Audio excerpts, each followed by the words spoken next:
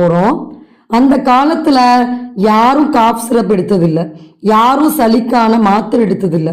ஆனா இப்ப பாத்தீங்கன்னா கோல்டு ப்ராப்ளம்னு சொன்னாலே போதும், இமீடியட்டா போயிட்டு ஏதாவது ஒரு மெடிசன் அப்பத்திக்கு போட்டுட்டு வேலைக்கு போக வேண்டிய சூழ்நிலை. ஸோ அந்த மாதிரி ஒரு எக்ஸலண்டா நேச்சுரல் மெடிசன் ஒன்று இருக்கா, ஒரு குடிநீர் இருக்கா அப்படின்னா அதுதான் நொச்சி குடிநீர் சூரணம். இந்த நொச்சி குடிநீர் சூரணோடைய காம்பினேஷன் பார்த்தீங்கன்னா நொச்சி இலைன்னு சொல்லுவாங்க. அந்த நொச்சி இலை சளிக்காகவே படைக்கப்பட்ட ஒரு அற்புதமான ஒரு மூலிகை. அது கூட கம்மாறு, வெற்றிலை, மிளகு, பூண்டு ஒரு சரியான கலவையில கலந்து நமக்காகவே கிடைக்கக்கூடிய ஒரு குடிநீர் சூரணம் தான் இந்த நொச்சி இலை குடிநீர் சூரணம். நொச்சியில பார்த்தீங்கன்னா 3 வகை இருக்கு: வெண்ணொச்சி, கருநொச்சி, நீர் நொச்சி.